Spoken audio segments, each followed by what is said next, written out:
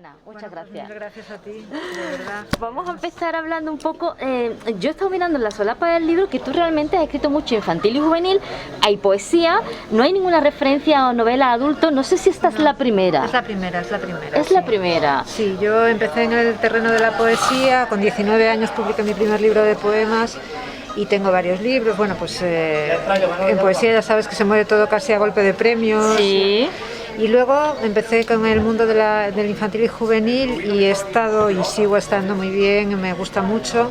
Y la verdad es que me resistía un poco a dar el salto a adultos y fue mi agente, Sandra Bruno, la que me empujó y bueno, la verdad es que se lo agradeceré siempre porque ha sido muy bonita todo el proceso, ¿no? de escritura. Imagino que escribir infantil juvenil es muy diferente a escribir a adultos, se manejan técnicas diferentes. ¿Te has sentido cómoda con la adulta también?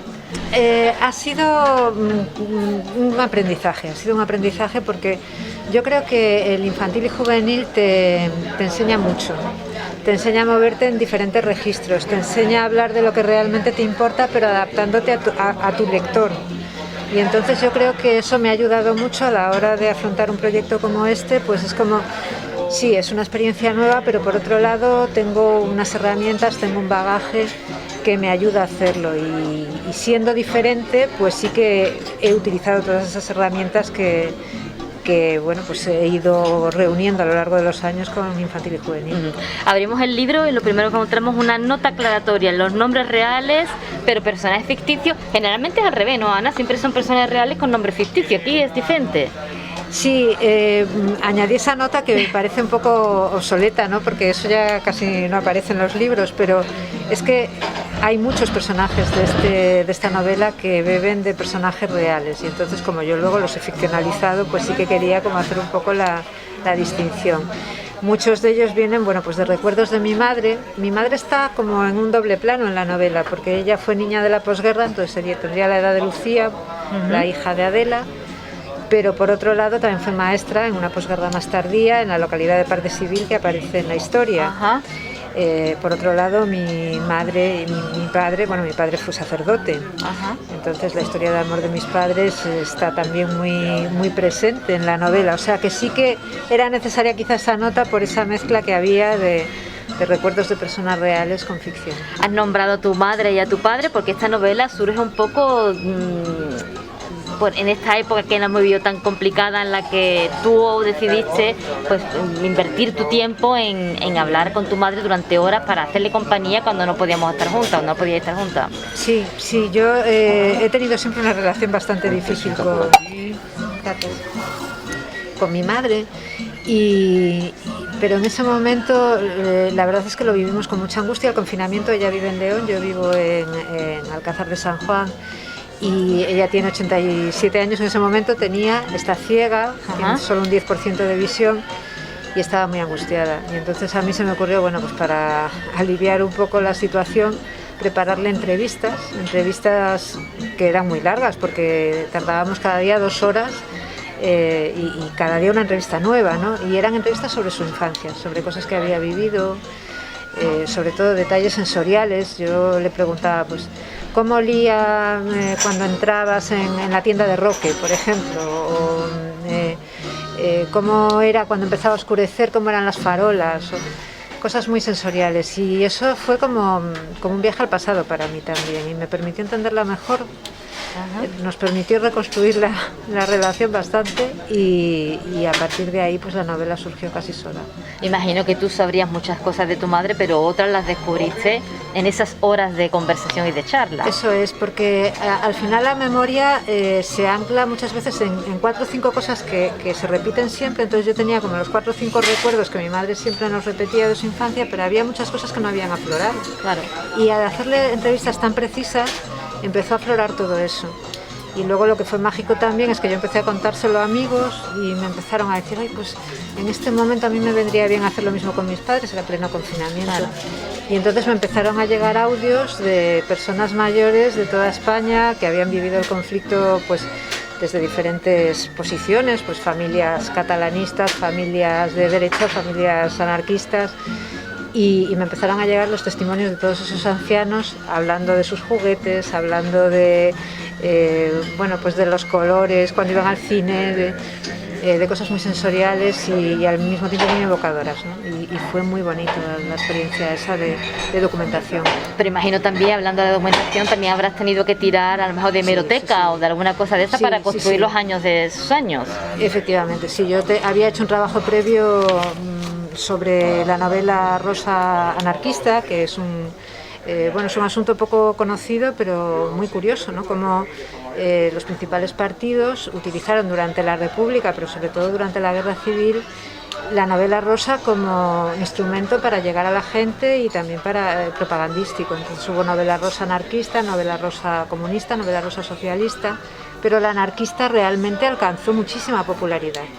Era una colección que se titulaba La novela ideal, ¿sí? y era, bueno, de la familia de Federica Montseny, de sus padres, la editorial, y la propia Federica Montseny, la que fue ministra, pues publicó pues no sé, como unos 30 libros en esa colección. Su padre era el autor de la mayoría de las obras.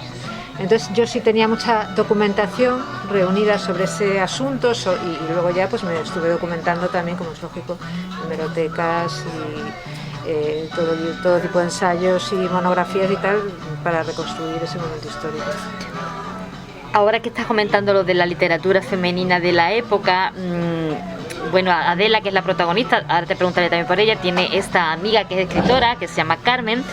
Adela, fíjate que hace una reflexión que a mí me pareció muy interesante, y es que ella se queja en su presente, cuando ella ya es madre y demás, que las novelas de ese momento idealizan demasiado el amor y que como que crean falsas expectativas a las jóvenes del momento, ¿no? Cuando las novelas que ella leía eran como con más realistas, menos príncipes azules y demás. Es así, ¿verdad?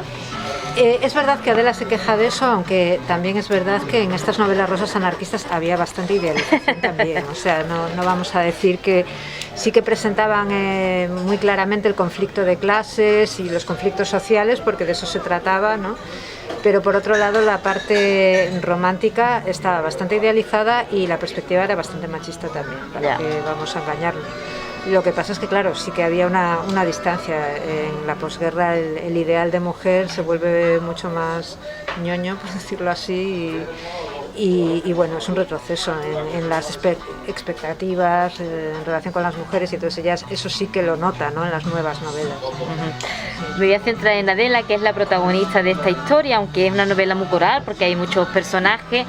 Esta es una mujer que tiene un pasado complicado que iremos descubriendo a medida que vayamos leyendo. Cuéntame un poquito, para los lectores que no conozcan tu historia, ¿cómo es esta mujer? Bueno, pues Adela es una mujer que empieza su vida como hija de obreros textiles en Barcelona. Ella también empieza como obrera textil, aprende el oficio de costurera ya un poco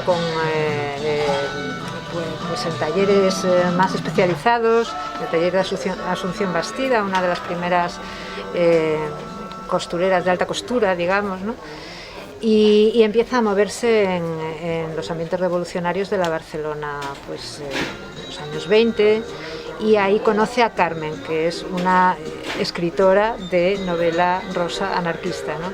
Y entonces, bueno, pues ella tiene todo ese pasado de militancia y de haber vivido la guerra en primera línea, en misiones de espionaje, y tiene que aprender a reinventarse en el contexto de la posguerra, pues como una hija, sin ningún apoyo, y en medio pues de un mundo que no le gusta nada, donde todo en lo que ella ha creído pues sistemáticamente se niega, y se ve obligada muchas veces a ocultarse, ¿no? A ocultar quién es y su pasado.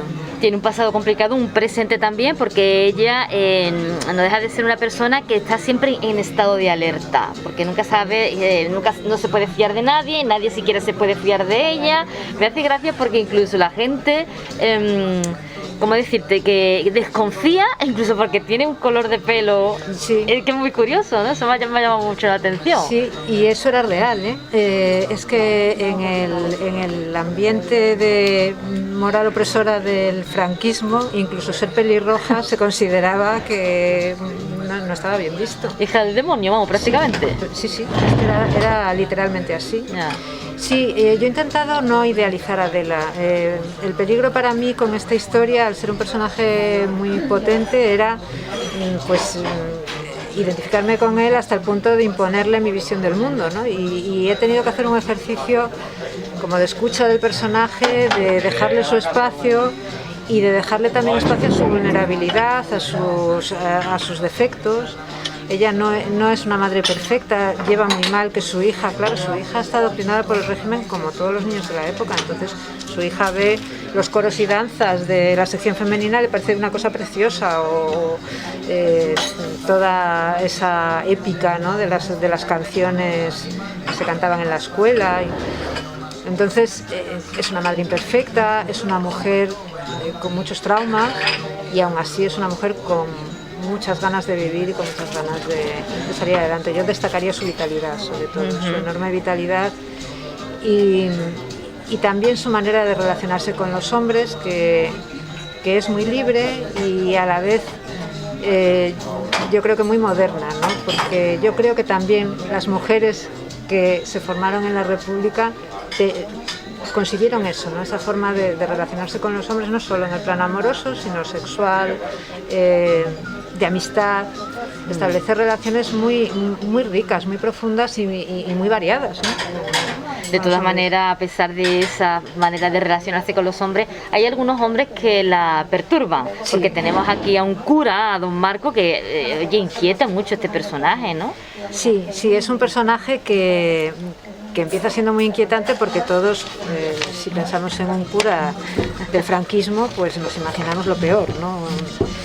Sin embargo, yo he intentado huir de los estereotipos y al final, pues, yo es quizá uno de mis personajes, si no el favorito, casi, ¿no?, en la novela, porque a pesar de sus condicionantes, él es muy respetuoso con Adela, con sus decisiones, no la juzga y bueno, y la ama, ¿no? Entonces para mí era muy importante contar una historia de amor poderosa y creíble, que a mí, a mi edad y en pleno siglo XXI, me convenza y que convenza a los lectores y bueno, pues era quizá el desafío mayor a la hora de escribir este libro y ha sido también de lo más gratificante.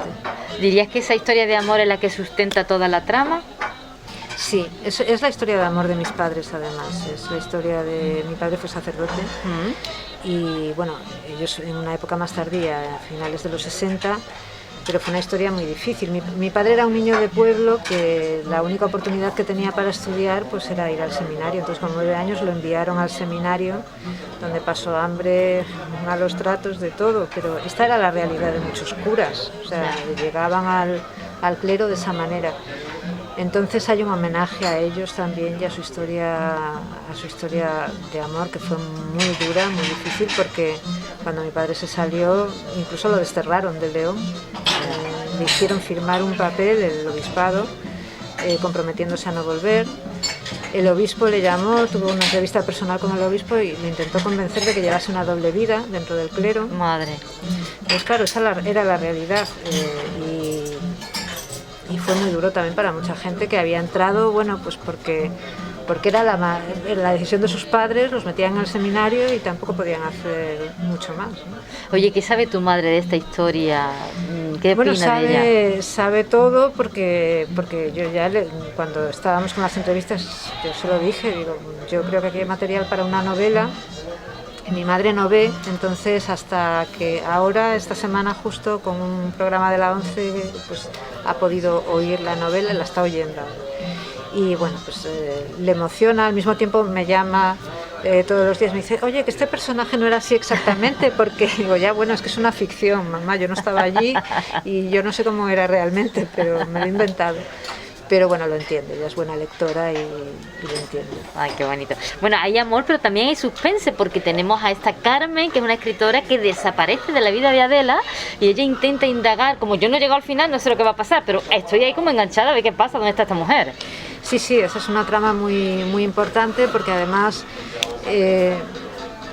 yo reivindico también en esta novela la amistad entre mujeres, de la que muchas veces se habla poco, incluso se desconfía, ¿no? Existe el tópico de que las mujeres somos malas unas con otras Y yo era algo que tenía muy claro que iba a ser uno de los ejes centrales de la novela, la amistad entre Carmen y Adela. Esa amistad, como tú dices, se ha perdido, bueno, pues al final de la guerra, en un momento muy, muy convulso de sus vidas, se separan de mala manera.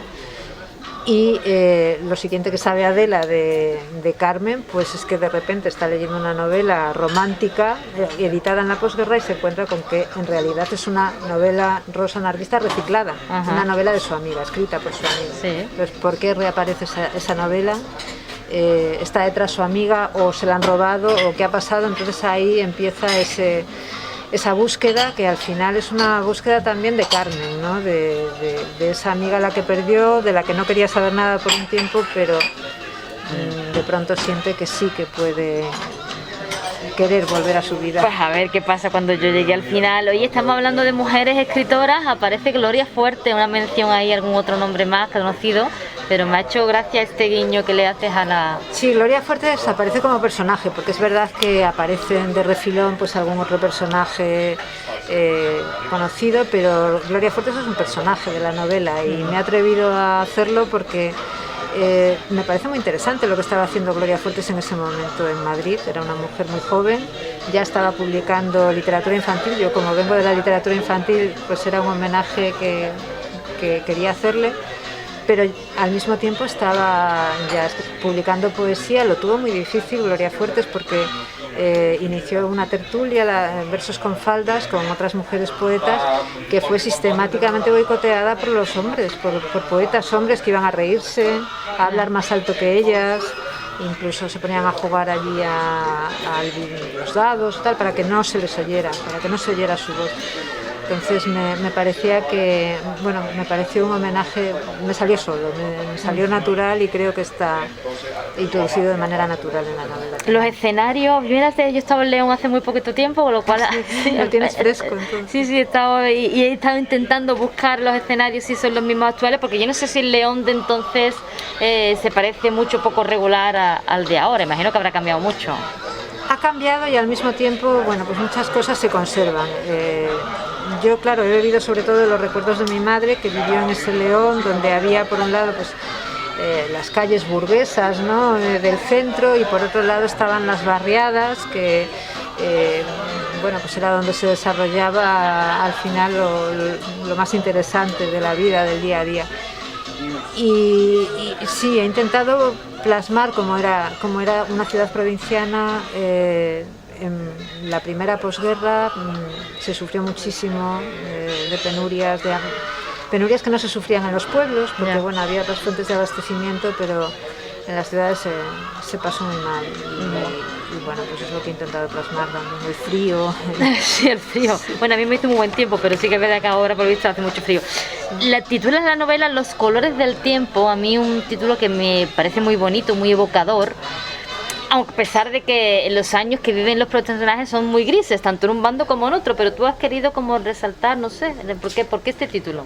Precisamente por eso, porque como siempre solemos imaginarnos la posguerra en blanco y negro, pues me pareció que no estaba de más reivindicar que esos años eran en color, porque para la gente que los vivió, además de joven, que se enamoró en esa época, que construyó su vida en esa época, es que no ha habido otra. Claro. O sea, ha sido lo han vivido con el mismo color y con la misma intensidad que nosotros hemos vivido en nuestro momento, ¿no? Entonces yo hice esa reconstrucción de todos los detalles sensoriales a partir de las entrevistas y jugué mucho con lo sensorial, con el color, con los sabores, con los olores, con los sonidos, porque me parece que es lo más evocador también. Es la manera de situar al lector de lleno en otra época, de hacer que se meta en la piel del personaje, que sienta lo que le está sintiendo, si está sintiendo frío, si está sintiendo miedo, y me parece que es la vía directa, ¿no? Eso me viene de la poesía también. La poesía tiene ese componente sensorial que te sumerge directamente en una atmósfera. Ana, no tengo más preguntas que hacerte, solamente decirte que me está gustando muchísimo la novela, bueno, que espero terminármela hoy o entre hoy y mañana, y que pues ojalá te guste el final. Seguro. Muchas que sí, gracias. Te lo agradezco a ti.